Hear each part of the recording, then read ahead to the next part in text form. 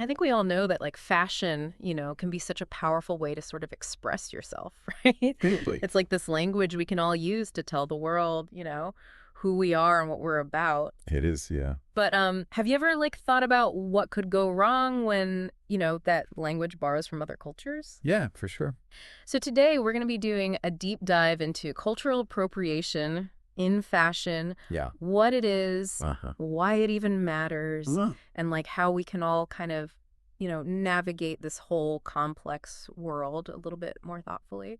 Yeah, I think what's so interesting about it is that fashion, especially for, groups that have been marginalized, like historically, Right. their traditions, their styles, they carry a lot of weight. Yeah. It's connected to their identity and history. Yeah, absolutely. And that's something that I think everyone really needs to, like, respect. You're so right. It's easy to forget that like a cool pattern or a trendy accessory might, have a really deep cultural meaning for someone else. So let's start with the basics. Like what even is cultural appropriation? So basically, it happens when a dominant culture takes elements from a culture that's been marginalized, Okay. whether that's like clothing styles, symbols, or even hairstyles. Uh-huh. And they use them without like really understanding or respecting their significance. Right. And a lot of times this is for profit Okay. or even just like aesthetic purposes. So it's kind of like taking something that is super meaningful to another culture and just turning it into like a fleeting trend, Exactly. stripping away all that context and history. It's like all about power dynamics. Oh, interesting. And the source material actually uses this really powerful visual to kind of illustrate this. Okay. Picture a fashion show Okay. with models, walking down the runway Yeah. wearing huge indigenous headdresses. Wow. In their original context, those headdresses are so sacred. Right. They're earned through years of tradition and ceremony. Yeah. But on the runway, they're treated like just an accessory, totally divorced from all that cultural importance. I mean, just like seeing those two images, like side by side, like the headdress and its cultural context, and then on the runway, like I totally see why that's such a problem. Right. Yeah. It's disrespectful. Yeah. It trivializes something that's so meaningful to indigenous communities. Okay, so we've talked about what it is, but is this like a new thing? Yeah. I feel like we're hearing more and more about it, lately. Right? Awareness is definitely growing, Okay. but this isn't a new issue at all. Gotcha. Dominant cultures have, like, a long history of just taking from marginalized groups, Hmm. erasing the origins of their creations, and, profiting off of them. Yeah, yeah. The source material actually highlights two really interesting examples of this. Okay, yeah, what are those? So, back in the 1920s, Okay. Chinese kipaos started being mass-produced and sold in the West. Okay. They became super trendy. Uh-huh. But in the process, they were just stripped of their cultural meaning and significance. So even something as seemingly simple as like a dress style can be part of this whole complicated history. Absolutely. Wow. Another example is like the way African hairstyles were often, deemed unprofessional for so long. Oh, yeah. But then when those same styles started like appearing in mainstream fashion, it was suddenly trendy and chic. Wait, hold on. Yeah. That just doesn't seem right. Yeah, It feels like such a double standard. there totally is. Yeah. And that's like a perfect example of the power dynamics that we were just talking about, like Yeah. whose traditions are deemed acceptable, or fashionable, Right. and whose are dismissed or appropriated. Yeah, that's such a good point. Something to think about.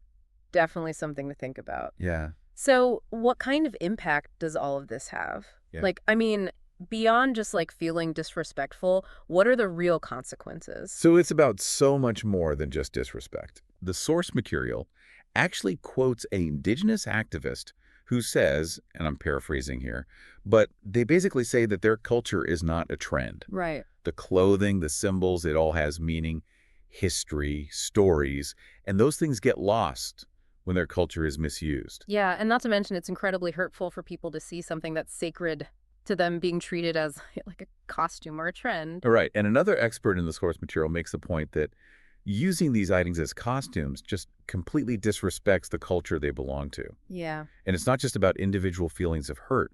It also perpetuates these harmful stereotypes and denies communities the chance to like represent themselves authentically. Wow. Okay, so that's a lot to unpack. Yeah. It sounds like this is a pretty complex issue It is. with far-reaching consequences. It is, but here's the thing. It's not all doom and gloom. Okay. There's this really important distinction to make between cultural appropriation and cultural appreciation. Oh. And understanding that difference can really help us move toward a more respectful and inclusive fashion industry. Okay, I'm definitely interested to learn more about that. Yeah. But maybe we can dive into that in the next part of our deep dive. For sure. I feel like my brain needs a minute to process all of this. Totally. Okay, so like before we took that little pause there, we were just starting to talk about the difference between cultural appropriation and cultural appreciation. Right. And I'm really curious to learn more about like how we can engage with other cultures' fashion, in a way that's like respectful and Yeah. celebratory. I think one of the key things to keep in mind is that, like, appreciation comes from a place of genuine interest Okay. and respect, right? Yeah. It's about understanding the history and the meaning and the craftsmanship behind these, like, garments, Okay. these accessories. Yeah. It's not just about taking that surface level aesthetic Gotcha. and Yeah. running with it. So it's more than just like thinking something looks cool or trendy. It's about taking the time to actually like learn about the culture behind it. Absolutely. And the source material gives this really great example Okay. of how this can be done, right? Okay.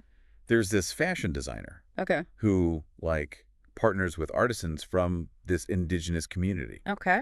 And they work together every step of the way. Uh-huh. The designer's not just like taking their ideas, Right. they're collaborating. Yeah. They make sure the designs are authentic and respectful, Okay. and then they share the profits with the community. Wow. Yeah, So it's about collaboration, transparency, making sure that like everybody benefits, Probably. not just the designer or the brand. exactly. It's about building those relationships, acknowledging like where that inspiration came from, Uh-huh. and Uh-huh. making sure that, the community whose culture is being honored Right. is also being compensated fairly. Yeah. It's a far cry from just like slapping a traditional pattern on a mass-produced garment Right. Right. without any thought for the meaning. I'm starting to get it now. I have to admit, like, sometimes it feels like such a fine line between appreciation and appropriation. Yeah.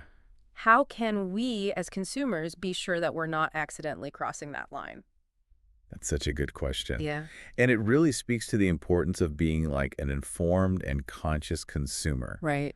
So if you see something that, you think is inspired by another culture, Yeah. do a little research. Okay. Find out like where that inspiration came from, who made it, Okay. what it represents. So basically, don't just buy something because it looks cool. Like, Yeah. take the time to dig a little deeper, Exactly. understand the story. Yeah, and I think social media can play such an interesting role here. Oh, interesting. On the one hand, it can contribute to the problem Uh-huh. because, trends spread so fast Right. that the context gets lost. Yeah, totally. But it can also be this really powerful tool for education Yeah. and for calling out instances of appropriation. Yeah, that's so true. I've definitely seen like where people on social media have called out brands for appropriating designs Yeah. or using cultural elements disrespectfully. Exactly. And that kind of public pressure can really be a catalyst for change. Yeah. It can push these brands to be more accountable Okay. for their sourcing practices. Right.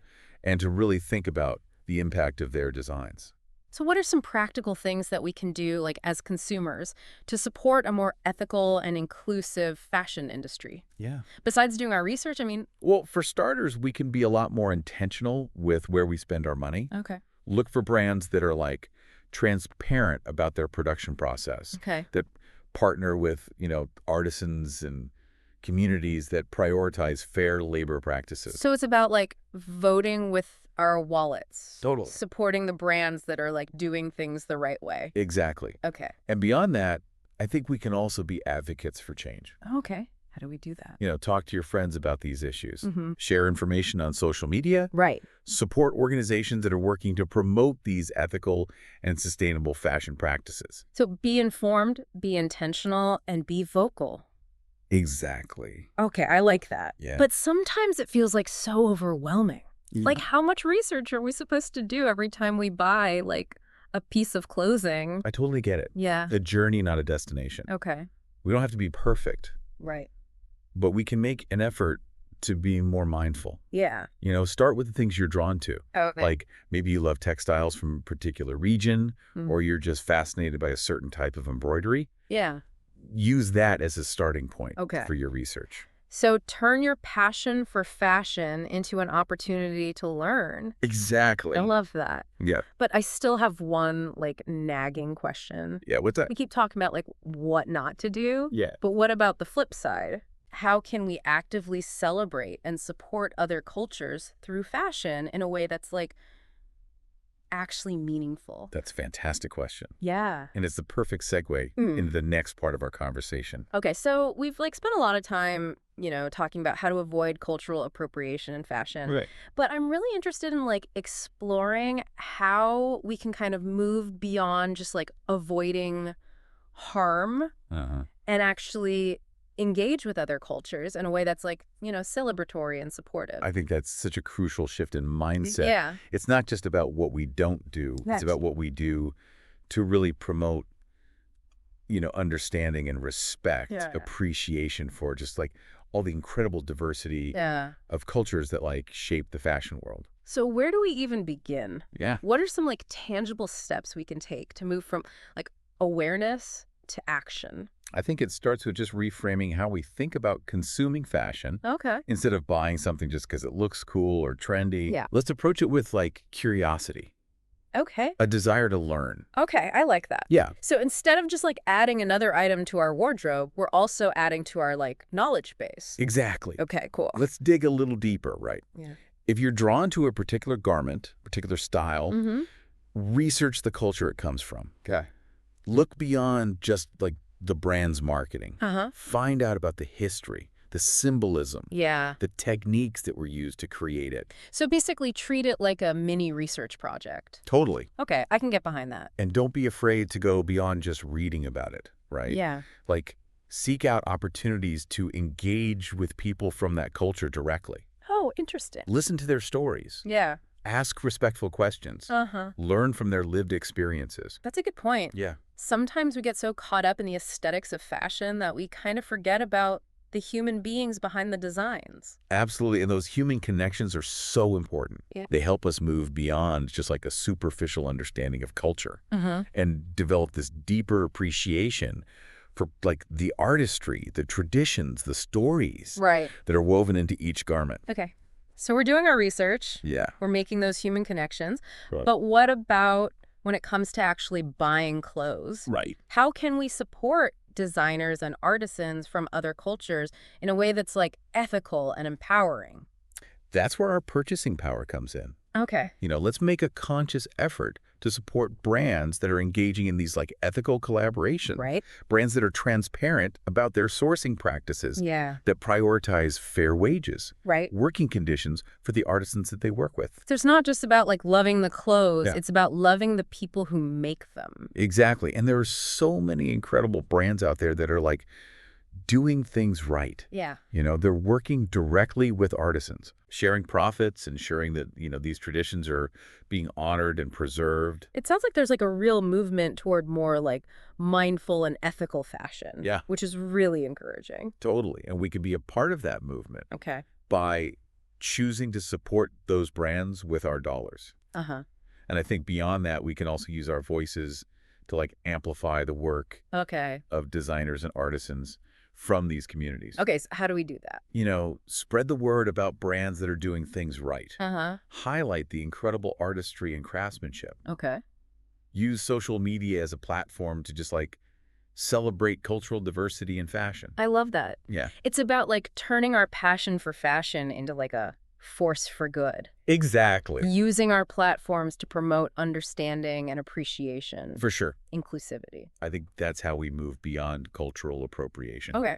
toward a fashion landscape that's truly representative of just all the, amazing cultures out there. This has been such an eye-opening conversation. I feel like I have a whole new perspective on how I, approach fashion. Yeah. And I'm excited to start like putting these ideas into action. Me too. And remember, it's a journey, not a destination. Right. We don't have to be perfect, but we can all make a difference by being more mindful, more curious, more intentional about the choices we make.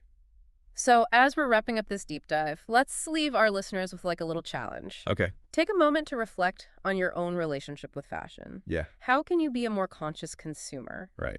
How can you use your passion for fashion to celebrate and support, the diverse cultures that inspire us? It's a question worth asking ourselves every single day. Absolutely. And on that note, thanks for joining us on this deep dive into cultural appropriation and appreciation in fashion. Yeah, thanks for listening, everybody. We hope it's inspired you to approach this complex topic with a new sense of awareness and a commitment to making the fashion world a more inclusive and equitable place for everyone.